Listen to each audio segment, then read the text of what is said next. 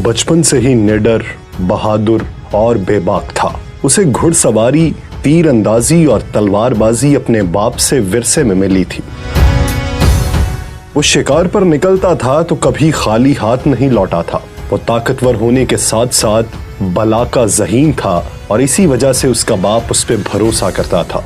उसका ताल्लुक औगोज तुर्कों के काई कबीले से था। उसके बाप का नाम सुलेमान शाह था, लेकिन बाज़ मौर्रखीन उसके बाप का नाम गुंदोज अव्वल बताते हैं। तारीख उस बहादुर को अर्तुगरुल गाजी के नाम से जानती है। सल्तनत उस्मानिया का बानी सुल्तान उस्मान अव्वल उसी का बेटा था।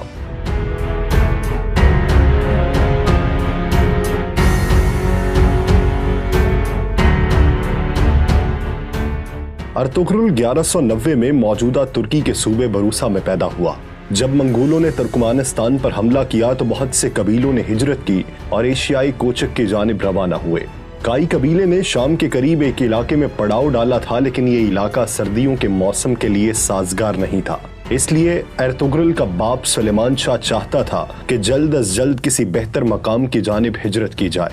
उसके लिए उसने अर्तुगरुल को हलब भेजने का फैसला किया, जहां पर सुल्तान सलाहुद्दीन अय्यूबी के जानशीन हुकूमत कर रहे थे।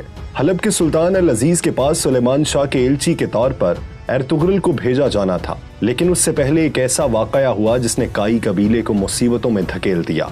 अर्तुगरुल गाजी अपने जानिसारों के साथ शिकार खेलने गया तो वहां उसने देखा कि कुछ सलीबी ईसाई कैदियों को लेकर जा रहे हैं। उसने कैदियों को बचा लिया और सलीबियों को कत्ल कर दिया, जबकि कैदियों को कबीले में ले आया। सलीबियों से झड़प में उसने अनातोलिया पर काबिज सलीबी सरदार तीतुश का भाई भी कत्ल कर दिया, जिसके बाद सलीबी काई कबीले के दुश्मन हो गए। जबकि जो कैदी वो साथ लाया था उनमें एक बूढ़ा शख्स और उसकी एक बेटी और बेटा था। ये शख्स रूमी सल्जूक शहजादा गयासुद्दीन था, जिसे शहजादा नुमान भी कहा जाता है। उसकी बेटी हलीमा सल्जूक शहजादी थी, जो बाद में अर्तुगरुल की बीवी बनी, और उसका भाई शहजादा शहीर भी उनके साथ था। उस वक्त तख्त की हिफाजत और किसी बगावत को कुचलने के लिए सुल्तान ने अपने भाइयों को कैद कर दिया था, लेकिन शहजादा नुमान काई कबीले के हाथ लग गया था। उसकी बाजियाबी के लिए सल्जूक गवर्नर ने भी काई कबीले को धमकाना शुरू कर दिया, लेकिन काई सरदार ने अपनी रिवायात का पास रखते हुए कैदी उनके हवाले करने से इनकार कर दिया। जब अर्तुगरुल हलब के अमीर से मिलने गया तो साजिशों ने कैदियों को सल्जूकियों के हवाले कर दिया। हलब में अर्तुगरुल साजिशों का शिकार हुआ, लेकिन अपनी बहादुरी और ज़हानत से बच निकला।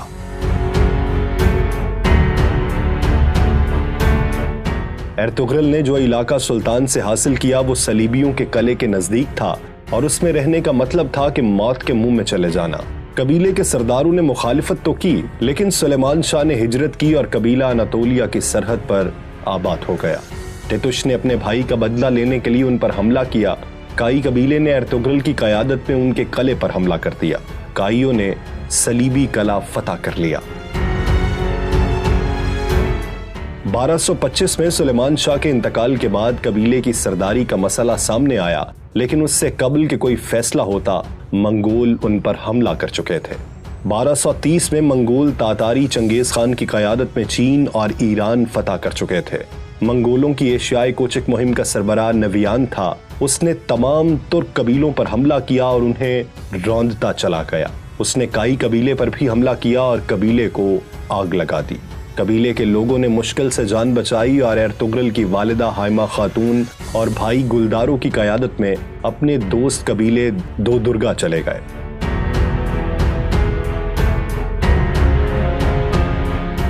दो दुर्गा कबीले का सरबराह अर्तुगरुल का मामू था। उसने उनको रहने की जगह दी और उनकी मदद का फैसला किया। अर्तुगरुल ने मंगोलों के खिलाफ लड़ने का फैसला किया, लेकिन कबीले के अमायदीन और उसके मामू और भाई ने इसकी मुखालिफत कर दी। लेकिन वो खामोश रहने वाला नहीं था। उसकी दूरअंदेशी ने उसे बता दिया था कि मंगोल सुकून नहीं करेंगे और सब कुछ तबाह कर देंगे। उसने अपनी बीवी हलीमा को सुल्तान अलाउद्दीन के क़ुबाबाद के पास भेजने का फैसला किया, ताकि वो सल्जूक रियासत में मुकीम हो सके और मंगोलों के खिलाफ जंग भी कर सके। अर्तुगरुल जल्द अज जल्द सल्जूक रियासत में जाना चाहता था। इसके लिए उसने अनातोलिया के मगरिब के करीब एक इलाके का इंतखाब किया। नवियान के खिलाफ जंग के दौरान एर्तुगरुल को सख्त परेशानियों का सामना करना पड़ा। उसके मामू की वफात के बाद उसका मामूजाद दो दुर्गा कबीले का सरबराह बन गया, लेकिन वो अपनी सौतेली माँ और गद्दारों के हाथों कठपुतली बन चुका था। एर्तुगरुल के कबीले के सरदार का इंतखाब किया गया तो उसके भाई गुलदारों ने सरदारों को पैसे देकर साथ में लाया और सरदार बन गया। उसका सरदार बनने का मकसद था कि वो एर्तुगरुल को अनातोलिया जाने से रोक सके। एर्तुगरुल के भाई की पुश्त पर सल्जूक सुल्तान का नामजद करदा वजीर सादुद्दीन कोपेक था। सादुद्दीन कोपेक एक फितना परवर शख्स था। सादुद्दीन कोपेक सुल्तान को मारकर सल्जूकी तख्त पर कब्जे का ख्वाब देख रहा था, लेकिन उसे एर्तुगरुल उस राह में रुकावट नजर आता था। एर्तुगरुल ने मंगोलों के सरदार नवियान को जंग में शिकस्त दी और सलीबियों की सरहद पर हिजरत का फैसला कर लिया। एर्तुगरुल को एक दीनी शख्सियत इब्नुल अरबी की रहनुमाई भी हासिल थी, जो कि उसकी हर फैसले पर रहनुमाई करते थे। उसके साथ साथ एर्तुगरुल की बहादुरी की वजह से तुर्कों की तंजीम सफेद दाढ़ी वाले भी उसकी पुश्त पर थे और उनकी मर्जी से ही वो सलीबियों के करीबी सरहद पर हिजरत करना चाह रहा था। उसने अपने भाई से बगावत की और अपने जानिसारों, वालिदा, छोटे भाई, बीवी और कबीले के 400 अफराद के साथ हिजरत का फैसला किया और अनातोलिया की मगरबी सरहद पर आबाद हो गया। यहाँ आबाद होकर वो काई कबीले के उस टुकड़े का सरदार बन गया। नई जगह हिजरत के बाद हालात साजगार न हुए और कबीले में फाकों की नौबत आने लगी। इस दौरान एर्तुगरुल के कबीले की खातीन कालीन बनाने का काम करती रहीं और उन कालीनों को बेचकर अनाज लाया जाता रहा, लेकिन वो खाने के लिए बहुत कम था। मगरबी सरहद पर उसका सबसे बड़ा हरीफ चावेदार कबीला था, जिसके सरदार जानेदार बे के बेटे औराल ने एर्तुगरुल की मुखालिफत की और उसके कालीनों के काफिले पर हमला करके उसके मुतअद्दिद सिपाही कत्ल कर दिए और उसके साथ साथ तमाम माल जला दिया, जिसके बाद उसके कबीले पर मजीद मुसीबतें टूट पड़ी। वो जिस बाजार में तिजारत करते थे उस बाजार को हानली बाजार कहा जाता था। ये बाजार आज भी तुर्की में हानली बाजार के नाम से मौजूद है। इसका मालिक सैमून कुस्तंतीनिया के सलीबियों का जासूस था। जब एर्तुगरुल को मालूम हुआ तो सफेद दाढ़ी वालों ने उसे इस जासूस को खत्म करने का हुक्म दिया। एर्तुगरुल ने अपने सिपाही नूरगुल के साथ मिलकर उसको बेनकाब किया और उसके खिलाफ जंग करके हानली बाजार पर कब्जा कर लिया।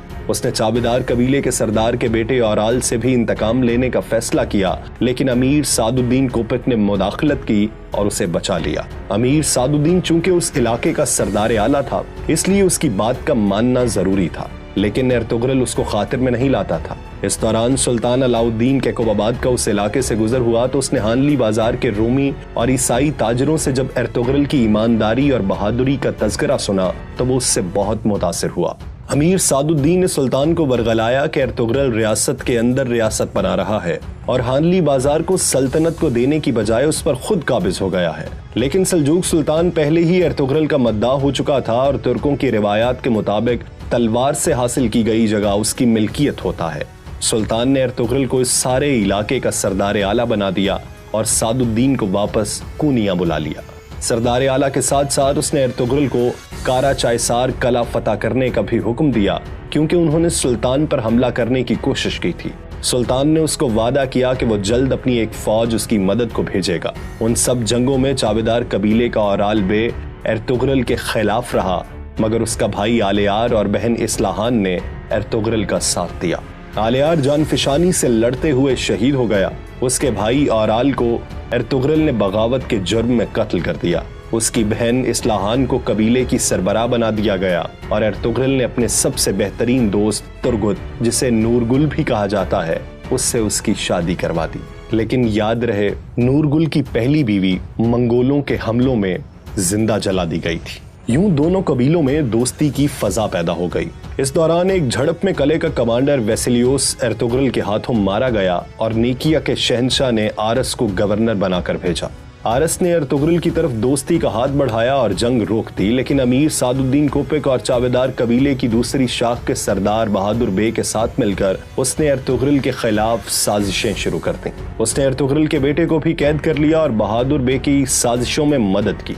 एर्तुगरुल ने बहादुर को कत्ल कर दिया और चावेदार कबीले का नया सरदार इस्लाहान के शौहर नूरगुल को बना दिया। उससे निमटकर एर्तुगरुल ने सुल्तान की फौज का इंतजार किए बगैर ही अपने सिपाहियों के साथ मिलकर कले पर हमला किया और कले पर कब्जा कर लिया। कले का गवर्नर आरस अपनी जान बचाकर भाग गया और कले पर सल्जूक सल्तनत और काई कबीले का परचम लहरा दिया गया।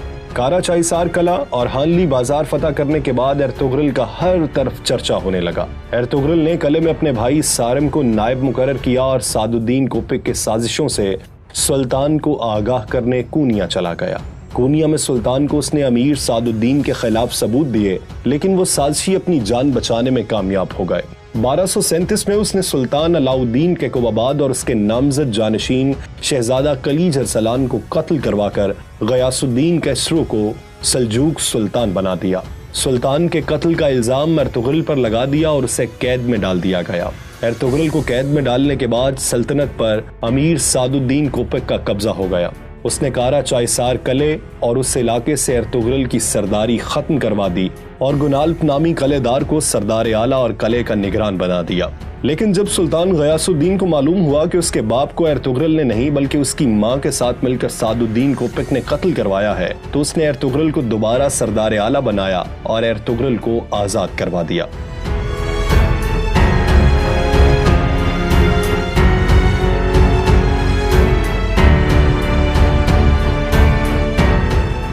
सुल्तान गयासुद्दीन ने अमीर सादुद्दीन को कत्ल करने का हुक्म जारी किया और एर्तुगरुल को यह जिम्मेदारी सौंपी।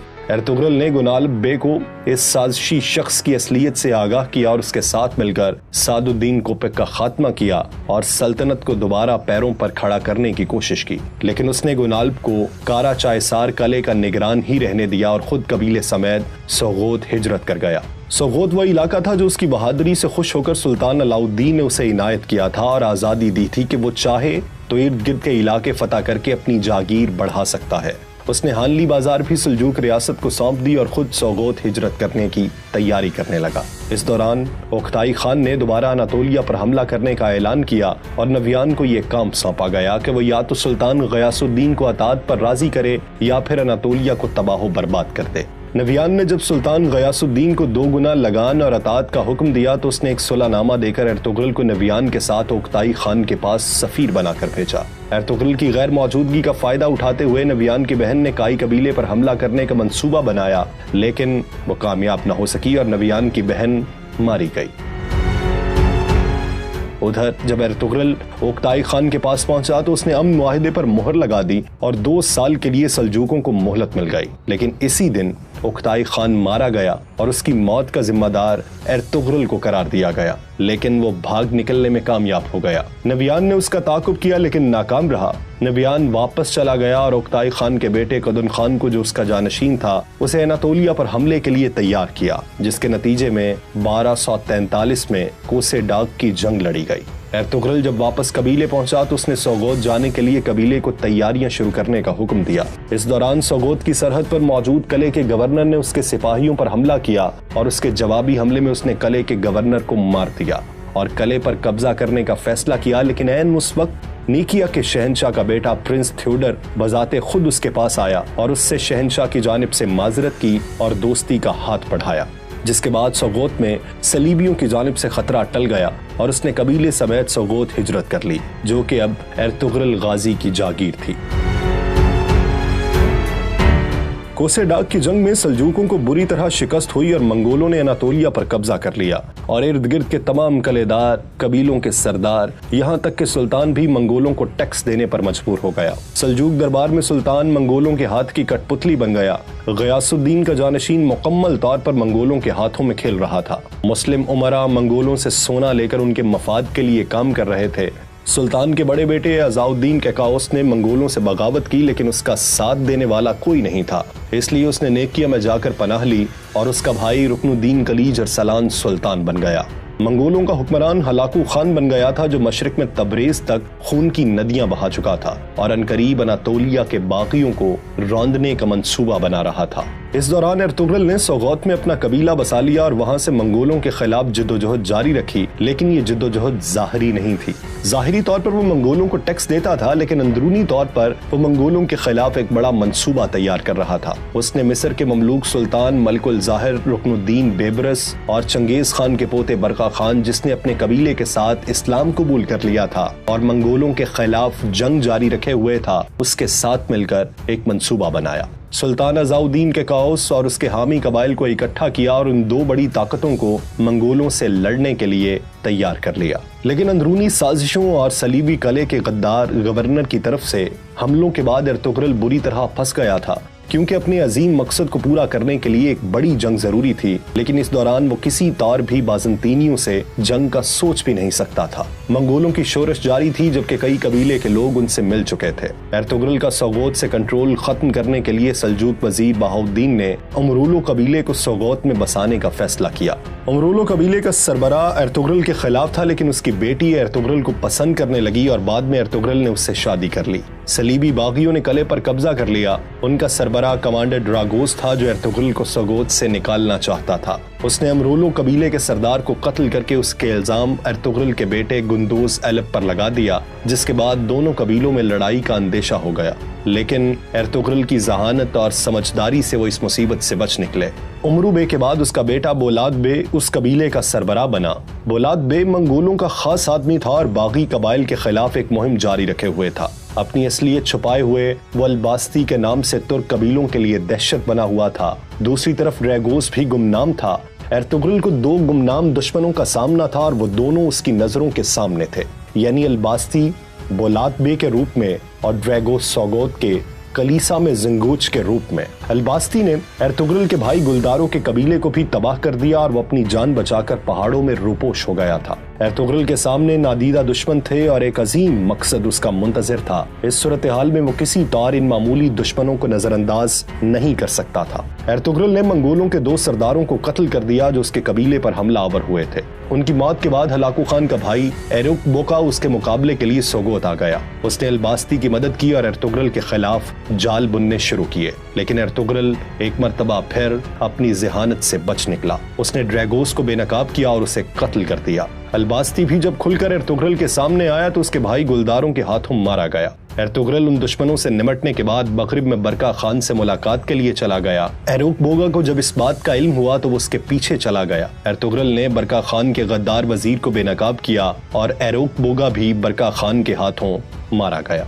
एर्तुगरुल ने बरका खान के साथ मिलकर मंगोलों से जंग की। उसने बरका खान को यकीन दिलाया कि जब वो मंगोलों पर हमला करेगा तो अनातोलिया के तुर्क उसके शाना बशाना होंगे, जबकि सुल्तान जाहिर बेबरस भी अपनी फौज के साथ उनके साथ शामिल हो जाएगा। एर्तुगरुल वापस कबीले आ गया और अपने छोटे भाई दुंदार बे को कायम मकाम बनाकर उस जंग के लिए रवाना हो गया। उस जंग में मंगोलों को शिकस्त हुई। लड़ाई के दौरान ही हलाकू खान अलील हो गया और बीमारी से चल बसा। मुसलमानों को फतह नसीब हुई। बगदाद से खिलाफत अब्बासिया के खात्मे के बाद खिलाफत अब्बासिया काहिरा मुंतकिल हो गई। सुल्तान बेबरस भी वापस मिस्र चला गया और एर्तुगरुल जंग से गाजी बनकर लौटा, इसीलिए गाजी उसके नाम का हिस्सा बन गया। वो 1280 में 90 साल की उम्र में सोगोत में फौत हुआ और उसी शहर में उसका मकबरा तामीर किया गया। एर्तुगरुल गाजी की बहादुरी और शुजात और फरोग इस्लाम की खातिर जद्दोजहद की निशानी के तौर पर तुर्कमानिस्तान में उसके नाम पर एक मस्जिद भी तामीर की गई है।